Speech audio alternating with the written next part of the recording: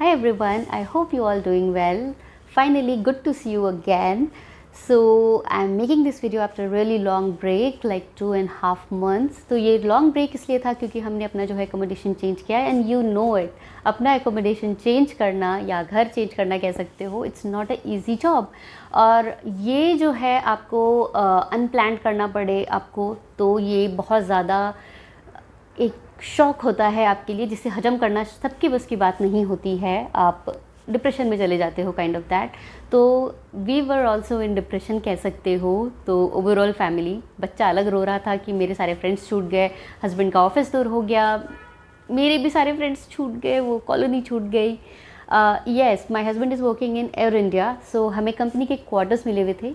Actually में मेरी through out जो है अपब्रिंगिंग क्वार्टर्स में ही हुई है. My father was working with Indian Air Force and my husband is working in Air India. So मेरे लिए बिल्कुल सिमिलर था. वो मेरे लिए ट्रांजिशन फेज था, चेंज होना, मैरिज करके एक क्वार्टर से दूसरे क्वार्टर में आना, सब कुछ सेम था. तो मेरे लिए वो चेंज हजम करना बहुत ईजी था.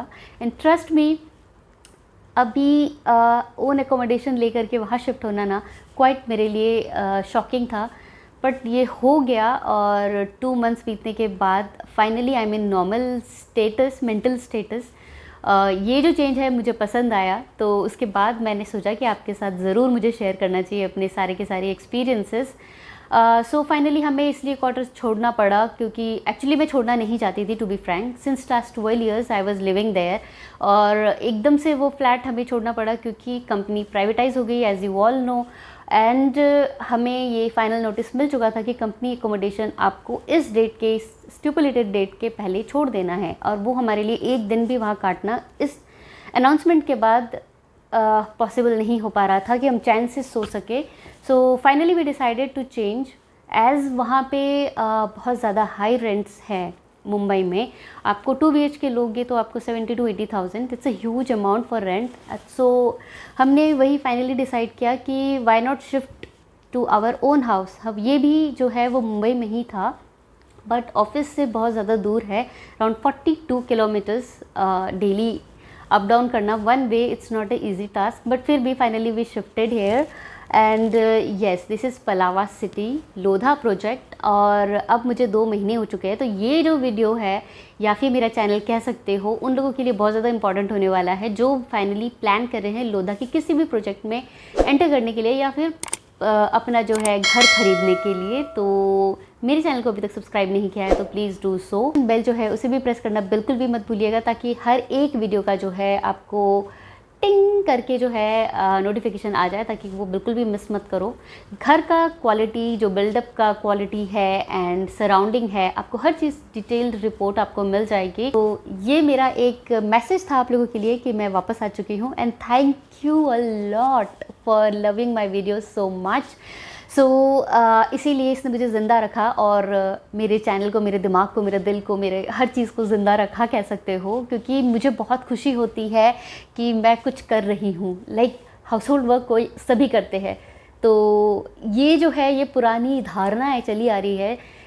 कोई कितना भी कह ले कि आप वर्किंग हो या नहीं हो, आई मीन घर के काम को कोई वर्क में काम ही काउंट ही नहीं करता. So I decided to become a vlogger. So ये चेंज मुझे हजम नहीं हो रहा था. That's why I stopped working and now I am back to work again. So I am so feeling happy. So आप लोगों ने मुझे इतने सारे क्वेश्चंस जो पूछे थे, इन सब के जवाब के साथ मैं एक एक करके मैं सबका जवाब दूंगी, डिटेल में दूंगी, क्योंकि every one of you really important to me.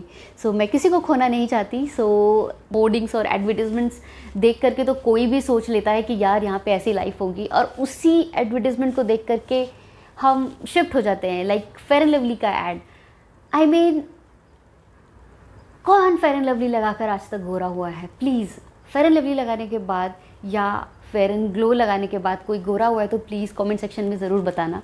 Same kind of ये जितनी भी एडवर्टीजमेंट इंडस्ट्री है ना, एट इट बेस्ट है, वो आपको बता देती है. एंड आप इमेजिन करते हो, इट्स ऑल मेंटल प्रोसेस. तो इमेजिन करने के बाद जो है आप उस चीज़ में एंटर करते हो, उस डिसीजन को लेते हो कि आपको लेना है या नहीं, आपको ये चीज़ करना है कि नहीं. तो this is the same thing. हमने भी एडवर्टीजमेंट देखा और सुना, जो इसकी चमक दमक थी देखी, फ्लैट परचेज़ किया और हम यहाँ शिफ्ट हो गए. So finally after spending 2 months pros and cons हर चीज़ मुझे डिटेल में पता चल चुकी है। तो इसी वीडियो में सब बता दूंगी ना तो वीडियो बहुत लंबा हो जाएगा और आप बोर हो जाओगे, तो मैं ऐसा बिल्कुल भी नहीं चाहती हूँ। सो मेरे पास बताने के लिए बहुत कुछ है, डिटेल में बहुत कुछ है। तो subscribe to my channel right now और नोटिफिकेशन बेल भी जो है उसे हिट कर लीजिएगा। वीडियो अच्छा लगता हो या आपके नियर एंड डियर में लगता हो कि कोई शिफ्ट होने वाला है ऐसी जगह या इस प्रॉपर्टीज़ पे इन्वेस्ट करने वाला है, this is booming industry, township culture जो है वो वापस से आ रहा है। जो गांव बसते हैं ना उसी तरीके से ये टाउनशिप को बसाया जा रहा है। तो it's quite good idea actually. तो शिफ्ट हो रहे हो या फिर आपके नियर एंड डियर में कोई शिफ्ट होना चाहता हो तो उससे मेरा जो है वीडियो ज़रूर से ज़रूर शेयर कर दीजिएगा। चलिए मिलती हूँ अपने अगले वीडियो में विद अ पॉजिटिव नोट। चलिए goodbye and take care all of you. Bye bye.